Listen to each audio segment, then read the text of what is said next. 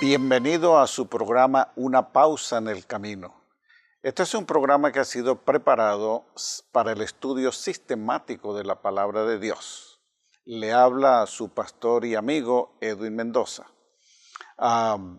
Te invito antes de seguir adelante a tener una oración. Padre Celestial, te damos gracias por la vida, por la salud y ahora que vamos a abrir la Biblia, nos ponemos en tu nombre para hacerlo, para comprender tu sagrada palabra. En el nombre de Cristo Jesús. Amén. La iglesia y la unidad es muy parecido al hogar y la unidad.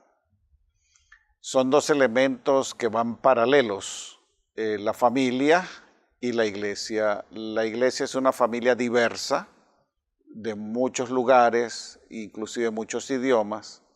La familia es un compuesto más pequeño, más singular, más privado, pero que básicamente se manejan de la misma manera.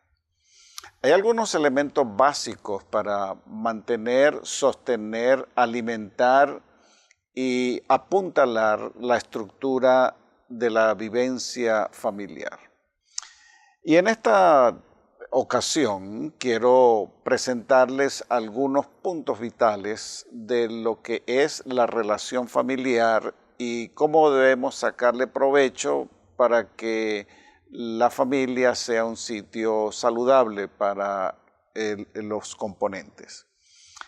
El éxito en el matrimonio es una combinación de amor, paciencia, perdón, buen humor, comunicación y perseverancia.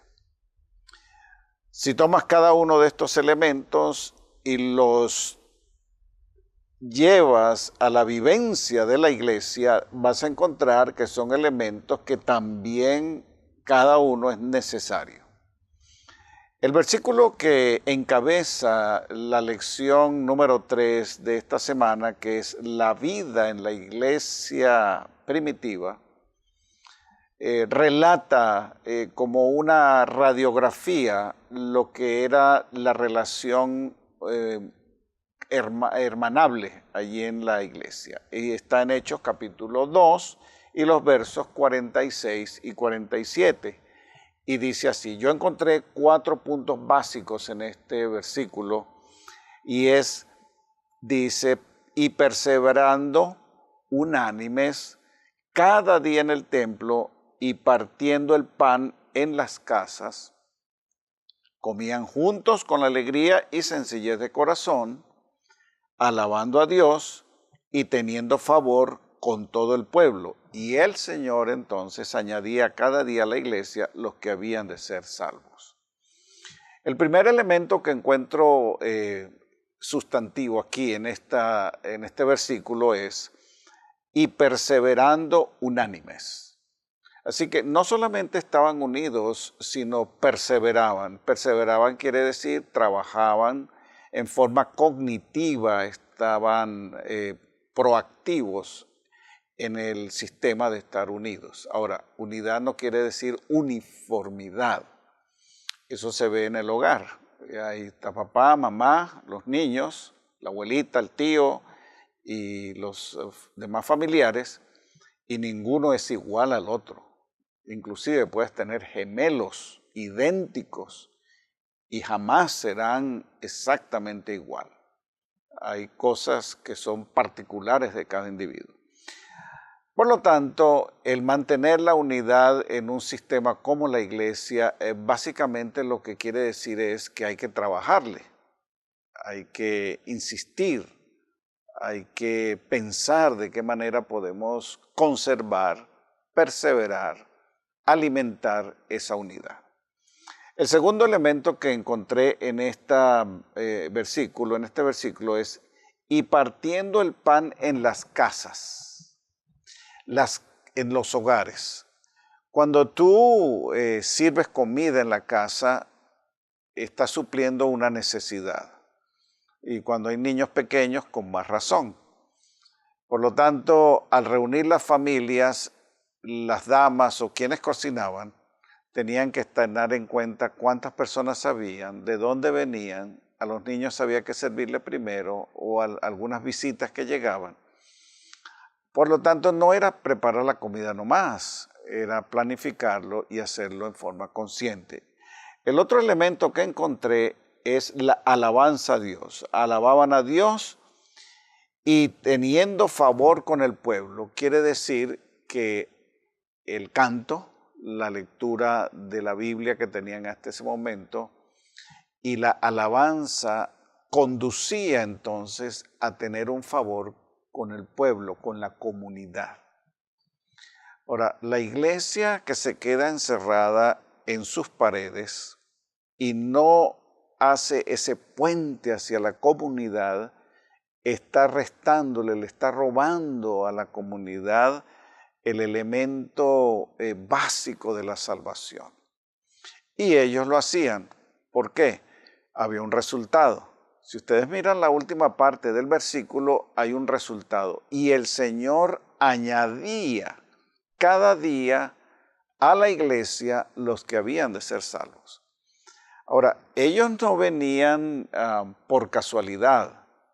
Ellos venían allí porque había un elemento que los traía. En la iglesia de Riverside, aquí en California, cada 2 semanas damos comida para la comunidad. Gracias a Dios tenemos un equipo que prepara aquello y los vecinos nos conocen por la comida. La enseñanza y la camaradería son puntos básicos y vitales. En otras palabras, cuando tú traes una persona al núcleo de la iglesia, no solamente vas a suplirle la necesidad de la comida, sino también viene el elemento de la enseñanza. Ahora, ¿qué le vas a enseñar? Los caprichos que tenemos, las malas costumbres que a veces traemos como iglesia, a veces los encontronazos que hay. No, eso no es lo que hay que enseñar. Lo que hay que enseñar es que la iglesia debe estar unida, que debe haber una comprensión. Y los apóstoles insistían bien en aquello. ¿Por qué? Al decir no había necesidad, quiere decir que no solamente se llenaba el plato de comida, sino que tenían un estudio sistemático de la palabra de Dios.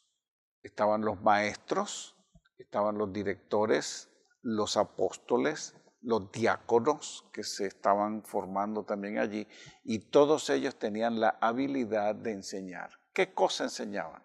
¿De dónde había venido el Mesías? ¿Cuál era la trayectoria de la salvación? El propósito del santuario. Todo eso ellos lo tenían bien claro en su mente. Por lo tanto, al traer a toda la comunidad allí para alimentarse y estar allí todo el día y pasar un rato dentro de la comunidad cristiana, era con un propósito: conocer el plan de la salvación. Y en eso sí estaban todos unidos. En eso se entendía de que había un propósito claro en por qué reunir a la comunidad y a la iglesia. Vamos a tener una oración para que nuestro espíritu de unidad se levante. Eterno Padre Celestial, gracias. Nos has propuesto que la unidad trae más unidad, que el amor trae más amor.